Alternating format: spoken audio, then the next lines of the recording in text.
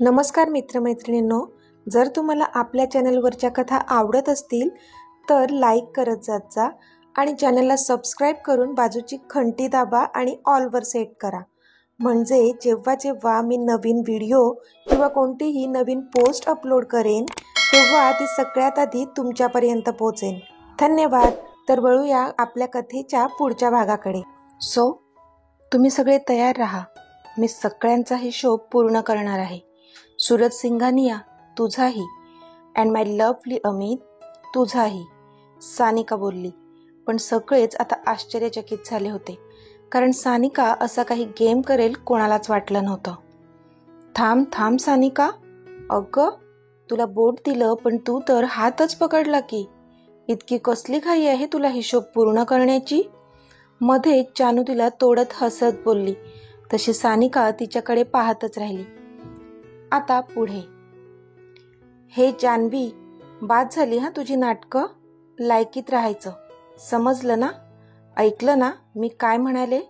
आता फक्त मी आहे ह्या सिंघानिया साम्राज्याची सर्वेसर्वा, मी सानिका सिंघानिया। आता तूच काय, हा द अमित राज्याध्यक्ष आणि हा द सूरज सिंघानिया पण माझं काहीच वाईट करू शकणार नाही। ठीक आहे, नाही मिळाला मला अमित, पण आज हे जे इतकं मोठं साम्राज्य मी मिळवलं आहे ना, त्यामध्ये मी असे 100 अमित माझ्या सेवेला हजर ठेवेन, सानिका बोलली आणि खूप जोरजोराने हसू लागली। बाकीचे सगळेच मात्र तिच्याकडे रागाने पाहत होते। अमित, सूरज सिंघानिया आणि अमितच्या घरचे सगळेच जण।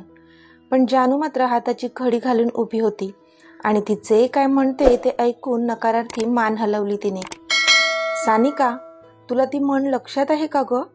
गर्वाचे घर नेहमी खाली असते। हा, नाही ऐकली? ओके ओके, मी समजू शकते, जानू कुत्सित हसून बोलली, तशी सानिका अजूनच चिडली। तुझी बडबड बंद कर आता, मला इरिटेट होते। तुला आणि तुझ्या नवऱ्याला दोघांनाही मी नाही रस्त्यावर आणलं ना, तर बघ तू, अशी अवस्था करीन ना तुम्हा दोघांची की तुम्ही म्हणतील की कोणाशी पंगा घेतला होता तुम्ही, सानिका चिडून बोलली। तू काय इरिटेट होशील अगं? खरं तर तुझं हे घाणेरडं थोबाड बघून मलाच इरिटेट व्हायला लागले आता, जानू आता चांगलीच संतापली होती। Janhavi, mind your language, Sanika जोराने चोरडली। ज्याला जी लँग्वेज कळते ना त्याच लँग्वेजमध्ये बोलते मी, आणि हो, तू काय माझी लायकी काढशील? जिची स्वतःची काही लायकी नाहीये तिला दुसऱ्यांची लायकी काढायचा काही एक अधिकार नाहीये, जानू बोलली। हे जानवी, तोंड सांभाळून बोलायचं हा, सानिका ओरडली। तू तुझं तोंड सांभाळ, नाहीतर पुन्हा एक अशी सणसणीत वाजवेन ना की इकडचं थोबाड तिकडे करून ठेवेन तुझं, जानू बोलली। जानू आणि सानिकाची टशन सुरूच होती, दोघीही माघार घेत नव्हत्या। सगळेच जण चुपचाप सगळा तमाशा बघत होते। सूरज सिंघानिया तर हतबल होऊन एका चेअरवर बसून राहिले होते। त्यांना खूप पश्चाताप होत होता की त्यांनी सानिकाला त्यांची पॉवर ऑफ अटॉर्नी दिली। ती असं काही करेल असं कधी स्वप्नात पण वाटलं नव्हतं त्यांना। माझं तिच्यावर इतकं जास्त प्रेम आहे, तसंच तिचंही आपल्यावर तेवढंच प्रेम आहे, ह्याच भ्रमात होते ते। पण आत्ता त्यांना तिचा खरा चेहरा कळला होता, पण त्याला खूप उशीर झाला होता। तिने त्यांना पार उद्ध्वस्त केलं होतं। इतका मोठा बिझनेस टायकून आज ह्या चिंधीबाईसमोर हरला होता, तिच्यावर आंधळा विश्वास टाकून। जानू, बाद झाला आता। अगं तिने काय केलं पाहिलं ना? माझ्याबरोबर तर गेम केलाच होता तिने, पण मिस्टर सिंघानियांना पण सोडलं नाही तिने, बर्बाद करून टाकलं तिने त्यांना। मला नाही वाटत आता किती काही केलं तरी तिने जे माझ्याबरोबर केलंय त्याची तिला योग्य शिक्षा आपण देऊ शकू, कारण पूर्ण सत्ता तिच्या हातात गेलीये, त्यामुळे पोलिसांना पण ती सहज मॅनेज करू शकेल, अमित बोलला, तशी जानू किंचित हसली। मीत, तिने जे तुमच्या सोबत केलंय ना त्यासाठी तर तिला शिक्षा मिळणारच आहे, आणि ती अशी शिक्षा असेल ना की आयुष्यात कधी कोणत्या पुरुषासोबत असं काही करण्याआधी तिला 100 नाही तर लाख वेळा विचार करावा लागेल। बघाच तुम्ही, तुमचा माझ्यावर विश्वास आहे ना? तिने विचारलं। आय ट्रस्ट यू जान, तो बोलला, तसं तिने हसून त्याचा हात हातात घेतला। मग डोंट वरी मीत, मी सगळं सांभाळून घेईन, जानू बोलली। जान, आता अजून काय करणार आहेस तू? अमितने विचारलं. कळेल मीत, वेट, जानू बोलली. इथे सानिका आता सोफ्यावर आरामात बसून होती. तिने तिचे दोन्ही पाय वर टीपॉयवर ठेवले होते आणि आरामात रेलून बसली होती. ती रिलॅक्स होती आणि सगळ्यांकडे कुत्सित हसत बघत होती, जणू तिने पूर्ण युद्ध जिंकलं असावं. हे जान्हवी, सांग तुमच्या स्टाफला मला भूक लागली आहे, माझी चांगली खातिरदारी करावी त्यांनी. सानिका मुद्दाम जानूला बोलली, पण इथे मॉमच्या मात्र रागाचा पारा चढला होता. सानिका, बंद कर तुझी ही नाटकं. किती नीच बाई आहेस ग तू. तुला आम्ही आपलं मानलं होतं, पण तू तर इतक्या खालच्या थराला उतरलीस. माझ्या अमितसोबत अशी वागलीस तू. लाज नाही का वाटली तुला असं काही करताना? मित्र होता ना तो तुझा. मग मॉम आता चांगल्याच भडकल्या होत्या. ओफो आंटी, इरिटेट करू नका हो. मला नाही सहन होत तुमचा हा आवाज. तुमच्या स्टाफना सांगा माझी खातिरदारी करायला. नाहीतर मग तुम्हीच का नाही करत माझी चांगली खातिरदारी? हो तुम्हीच करा. नाहीतर आता तुम्हाला तेच तर करावं लागणार आहे. सोडणार नाही मी तुम्हा कोणालाच, सानिका बोलली. सानिका, अमित जोरानेच ओरडला तिच्या अंगावर. त्याला त्याच्या मॉमचा अपमान केलेला सहन झाला नव्हता. तो तिच्या अंगावर धावून जातच होता की जानूने त्याचा हात पकडला आणि त्याला डोळ्यांनीच नाही म्हणून सांगितलं. तसा तो जागीच थांबला, पण राग मात्र खूपच जास्त येत होता त्याला त्या सानिकाचा. अमित, खातिरदारी तर तिची करायलाच हवी, हो ना? पण ही खातिरदारी करण्यासाठी माणसं पण खासच लागणार आहेत. मी बोलावली आहेत माणसं. तोपर्यंत पेशन्स ठेव सानिका, जानू बोलली. तशी सानिका चिडून तिच्याकडे पाहू लागली.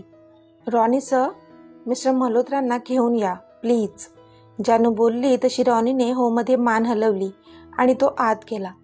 पण मल्होत्राचं नाव ऐकूनच सानिकाची नजर तिथे वळली. थोड्याच वेळात रॉनी एका 50शीतल्या माणसाला घेऊन बाहेर आला. मिस्टर मल्होत्रा, सानिका बोलली आणि आता एकटक त्याच्याकडे पाहत होती. हो मिस्टर मल्होत्रा, जानू बोलली. पण त्यांना पाहून सूरजना पण धक्का बसला होता. तुम्ही इथे का आला आहात? सानिकाने विचारलं. पण मिस्टर मल्होत्रांनी एकदा जानूकडे पाहिलं तर तिने नजरेनेच त्यांना शांत राहण्यास सांगितलं. त्यांना मी इथे बोलावलंय, जानू बोलली. पण आता मात्र सगळेच जण जानूकडे पाहत होते, खास करून मिस्टर सिंघानिया, कारण मिस्टर मल्होत्रा हे सानिकाचे लीगल ॲडवायझर होते. जान्हवी, ह्यांना इथे आणून काय प्रूफ करायचंय तुला? आता ते स्वतः काय बोलणार आहेत? मी स्वतः तर कबूल केलंय ना मी जे केलं आहे ते. आता हे सत्य कोणीच नाही बदलू शकत की मी सानिका सिंघानिया एकटीच ओनर आहे ह्या पूर्ण साम्राज्याची, सानिका बोलली. तशी सूरज ह्यांनी रागाने हाताची मूठ आवळली. हो बरोबर बोललीस तू सानिका. सत्य आता कोणीच बदलू शकत नाही आणि सत्य हेच आहे की आज ही सिंघानिया साम्राज्याचे सर्वेसर्वा मिस्टर सूरज सिंघानियाच आहेत, जानू हाताची घडी घालून बोलली. तसे सगळेजण तिच्याकडे पाहतच राहिले. व्हॉट नॉनसेन्स, डोक्यावर पडलीस का ग तू? सानिका चिडून बोलली. नाही, अजून तरी माझं डोकं खूप शार्प आहे, जानू पुन्हा हसून बोलली. तोंडाला येईल ते बरळू नकोस. माझ्याकडे माझ्या प्रॉपर्टीचे सगळे पेपर्स आहेत, सानिका बोलली. आहेत नाही, होते, जानू बोलली. म्हणजे? सानिकाने विचारलं. म्हणजे हेच की ते सगळे पेपर्स आता माझ्याकडे आहेत, जानू पुन्हा हसून बोलली. तशी सानिकाच्या पायाखालची जमीनच सरकली. व्हॉट? सानिका बोलली. जानू, हे सगळं काय चाललंय? मॉमने विचारलं. तशी जानू हसली. मिस्टर मल्होत्रा, तुम्ही प्लीज सांगाल का? जानू बोलली. तशी मिस्टर मल्होत्रांनी होमध्ये मान डोलावली आणि ते सांगू लागले. सानिका मॅडमने मला खूप साऱ्या पैशांची ऑफर दिली होती आणि सूरज सरांची पॉवर ऑफ अटॉर्नी वापरून सगळी प्रॉपर्टी त्यांच्या नावावर करायला सांगितलं होतं. त्यांनी मला इतकी मोठी अमाऊंट ऑफर केली होती की मी माझं पूर्ण आयुष्य काम नसतं केलं तरी बसून खाल्लं असतं. मग काय, माझी पण बुद्धी भ्रष्ट झाली आणि मी त्यांना होकार दिला. सूरज सरांची सगळी प्रॉपर्टी मी सानिका मॅडमच्या नावावर करून दिली. पण एक दिवस ह्या जान्हवी मॅडम माझ्याकडे आल्या आणि त्यांनी माझ्याकडे मदत मागितली. सानिका मॅडमने जान्हवी मॅडमच्या नवऱ्यासोबत काय केलं ते देखील सांगितलं. मला पण वाईट वाटत होतं जान्हवी मॅडमसाठी, पण सानिका मॅडमने ऑफरच इतकी मोठी दिली होती की मला त्याच्या पलीकडे विचार करताच येत नव्हता. मिस्टर मल्होत्रा बोलत होते. मग तरी तुम्ही कसे काय रेडी झालात जानूला मदत करण्यासाठी? अमितने विचारलं. तसा मिस्टर मल्होत्रांनी एक दीर्घ श्वास घेतला आणि ते पुन्हा बोलू लागले. हो, मदत केली मी जान्हवी मॅडमना, कारण आयुष्यभर ह्या गोष्टीचं गिल्ट घेऊन जगू शकलो नसतो मी. जान्हवी मॅडमने मला त्या सगळ्या गोष्टींची आठवण करून दिली, ज्या ज्या सूरज सरांनी माझ्या फॅमिलीसाठी केल्या होत्या. मी मागच्या 20 वर्षांपासून त्यांच्याकडे काम करतो आणि त्या 20 वर्षात त्यांनी मला कधीच कोणत्याच गोष्टीसाठी मनाई केली नव्हती. माझ्या आईवडिलांपासून ते माझ्या मुलांच्या शिक्षणासाठी त्यांनीच खर्च केला होता. आधी मी एक असिस्टंट म्हणून होतो त्यांच्याकडे, नंतर मीच त्यांचा लीगल ॲडवायझर झालो. पण मी भरवशाचा होतो म्हणून त्यांनी माझी बदली सानिका मॅडमच्या लीगल ॲडवायझर म्हणून केली. त्यांचे खूप उपकार आहेत माझ्यावर, माझ्या फॅमिलीवर. मी कितीही केलं तरी त्यांचे उपकार नाही फेडू शकत. ह्या सगळ्या गोष्टींची जाणीव मला जान्हवी मॅडमने करून दिली. त्यामुळे माझे डोळे उघडले. नाहीतर थोड्याशा पैशांकरिता मी स्वतःला विकायला निघालो होतो. किती नीच कृत्य करायला निघालो होतो मी, पण वेळीच सावरलो. फक्त ह्या जान्हवी मॅडममुळे. त्यांनी मला योग्य रस्ता दाखवला. मला माफ करा सर, प्लीज मला माफ करा, असं म्हणत मिस्टर मल्होत्रा सूरज यांच्या पायाशी जाऊन पडले. पण सूरज यांनी त्यांना उठवलं. यू धोकेबाज, सोडणार नाही मी तुला मल्होत्रा. सानिका रागातच त्यांच्या अंगावर धावत गेली, पण सूरज सिंघानी यांनी त्यांना कव्हर केलं आणि सानिकाच्या एका हाताला पकडून तिला जोरात मागे ढकलून दिलं. तशी ती जाऊन धापकन खाली पडली. सूरज मात्र रागाने तिच्याकडे पाहत होते. सर, ही तुमची पॉवर ऑफ अटॉर्नी आणि हे प्रॉपर्टीचे पेपर्स. जानूने दोन्ही फाईल सूरज यांच्या हातात दिल्या आणि एक कटाक्ष सानिकावर टाकला. तर सानिका मात्र तिला खाऊ की गिळू ह्या नजरेने पाहत होती. सानिका, उतरला का तुझा माच? आता कळला का तुला अर्थ? गर्वाचे घर नेहमी खाली असते ह्या म्हणीचा. तुला काय वाटलं होतं की तू जसा प्लॅन बनवेल तो वर्क होईल का? एक ध्यानात ठेव, दुनियेत सगळीच माणसं तुझ्यासारख्या बुद्धीची नसतात अगं. दुनियेत प्रेम, माणुसकी नावाची पण गोष्ट आहे, जी माणुसकी मिस्टर मल्होत्रांनी दाखवली आपल्या सरांच्या प्रती. आणि माझं तर खूप खूप जास्त प्रेम आहे माझ्या मीतवर आणि त्यांचं माझ्यावर. मग तुझ्यासारखी फुटकळ मुलगी कसं काय आम्हाला वेगळं करू शकणार होती? येणारा प्रत्येक जन्म आम्ही एकमेकांसाठीच असणार आहोत. मग तुझ्यासारखं कोणीही येऊ, ते आम्हाला दूर तर ठेवू शकतात, पण आमच्या मनातलं एकमेकांसाठी असलेलं प्रेम तसूभरही कमी करू शकणार नाहीत. सो आता तुझं सामान बांधायचं आणि रेडी राहायचं. कुठे? अगं कुठे काय विचारतेस? तुला म्हणाले होते ना तुझी खातिरदारी करायला खास माणसं मागवली आहेत, तीच आली आहेत. समोर बघ. आता सगळी खातिरदारी जेलमध्ये होईल हा तुझी, ती पण एकदम खास पद्धतीने. जानू बोलली तशी सानिकाने समोर पाहिलं तर 2 धडधाकट लेडीज कॉन्स्टेबल उभ्या होत्या. त्यांना बघूनच सानिकाने भीतीने एक आवंढा गिळला. नो नो, नाही, हे नाही होऊ शकत. जान्हवी, तुला सोडणार नाही मी. तू माझ्या पूर्ण प्लॅनची वाट लावलीस, ह्याची शिक्षा तर तुला मी आत्ताच देईन. सानिका जोरातच ओरडली आणि बाजूला उभ्या असलेल्या इन्स्पेक्टरची गन खेचून घेऊन तिने जान्हवीवर रोखली. तसं जान्हवीने मात्र श्वास ओढून घेतला आणि घाबरून डोळे बंद केले, कारण नाही म्हणाले तरी सानिकाच्या डोळ्यात आज रक्त उतरलं होतं. पण सानिका ट्रिगर दाबणार इतक्यात तिचा हात उचलला गेला आणि ती गोळी वर सिलिंगला लागली. सानिकाने बाजूला पाहिलं तर अमितने तिच्या हातातली गन घेतली होती आणि खूपच रागात तिच्याकडे पाहत उभा होता. त्याने पुन्हा एकदा तिच्या सणकन कानाखाली चढवली आणि तिला बाजूला ढकलून दिलं. How dare you point a gun on my जान, त्याने रागातच विचारलं आणि जाऊन आधी जानूला मिठीत घेतलं त्याने. आर यू ओके, त्याने काळजीने जानूला विचारलं. तशी तिने हो मध्ये मान हलवली आणि त्याच्या छातीवर डोकं ठेवलं. इन्स्पेक्टर, घेऊन जा हिला, आणि हिला अशी शिक्षा व्हायला हवी ना की जन्माची अद्दल घडायला हवी तिला. जेवढे लावायचे आहेत तेवढे सर्व आरोप हिच्यावर लावा. सूरज खूपच रागात बोलले. तसं त्या दोन्ही लेडीज कॉन्स्टेबल तिला पकडून घेऊन जाऊ लागल्या. सूरज प्लीज मला माफ करा, मला नाही जायचंय जेलमध्ये. प्लीज, मी पुढे असं काहीच करणार नाही, पण प्लीज मला माफ करा.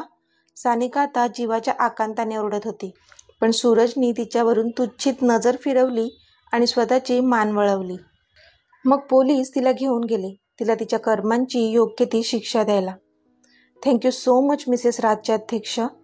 तुम्ही हे जे माझ्यासाठी केलंय ना, ते मी आयुष्यभर नाही विसरू शकणार. थँक्यू सो मच, सूरज बोलले. मी एवढं काहीच नाही केलंय सर, जानू बोलली. जसं मी तुम्हाला ह्या आधी सांगितलंय की तुम्ही खूप साध्या आहात. तर हो, तुम्ही खूपच साध्या आणि निर्मळ मनाच्या आहात.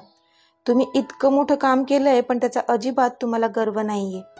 तुम्हाला वाटलं असतं तर तुम्ही फक्त तुमच्या नवऱ्याच्या निर्दोष असण्याचे पुरावे मिळवले असते आणि गप्प राहिला असता.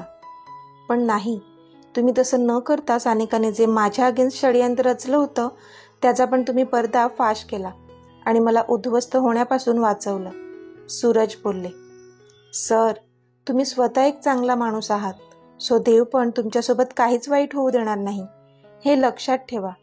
आणि राहिला प्रश्न माझा, तर मी फक्त निमित्त होते, बाकी सगळं करता करविता तोच आहे, जानू वर बघत बोलली. हा तर तुमचा मोठेपणा आहे मिसेस राज्याध्यक्ष, असं बोलून सूरज आता अमितकडे वळले. आय एम सॉरी मिस्टर राज्याध्यक्ष, मी तुमचा खूपच खालच्या पातळीला जाऊन इन्सल्ट केला. आय एम सॉरी, सूरज हात जोडून अमितला बोलले. It's okay mister Singhania. सानिकाने सगळा ट्रॅपच असा रचला होता की कोणालाही ते खरंच वाटलं असतं. आणि तुम्ही तर तिचे पती होता आणि तुमचं प्रेमही होतं तिच्यावर, मग साहजिकच आहे तुम्ही विश्वास ठेवणारच ना. अमित त्यांचे हात स्वतःच्या हातात घेत बोलला. त्यावर सूरजनी मान डोलावली, कारण खरंच तर बोलत होता तो. I must say mister Rajyadhyaksha, you are very lucky that you got a wife like Janvi who stay with you forever. She supported you every time. May God bless you both. तुम्ही खूप नशीबवान आहात मिस्टर राज्याध्यक्ष की जान्हवीसारखी बायको तुम्हाला मिळाली, जी कायम तुमच्या सोबत राहिली. तिने प्रत्येक वेळी तुम्हाला साथ दिली. देव कायम तुमच्यावर कृपा करो, सूरज बोलले. तसे अमित आणि जानूने एकमेकांकडे पाहिलं. दोघेही एकमेकांच्या नजरेत अडकले, पण लगेच अमितने तिला छातीशी घट्ट आवळलं, कारण आज खरंच तिने तिचा पत्नी धर्म निभावला होता. इतक्या मोठ्या संकटातून तिने त्याला खूपच ब्रेवली बाहेर काढलं होतं. प्रेम तर तिच्यावर जीवापाड होतं त्याचं, पण आज त्याला तिचा खूप जास्त अभिमान वाटत होता. भेटूया पुढच्या भागात. पण आजचा भाग तुम्हाला कसा वाटला ते मला कमेंटमध्ये सांगा. आणि जर आवडला असेल तर व्हिडिओला लाईक करा, शेअर करा आणि चॅनलला सबस्क्राईब करून बाजूची घंटी नक्की दाबा. धन्यवाद.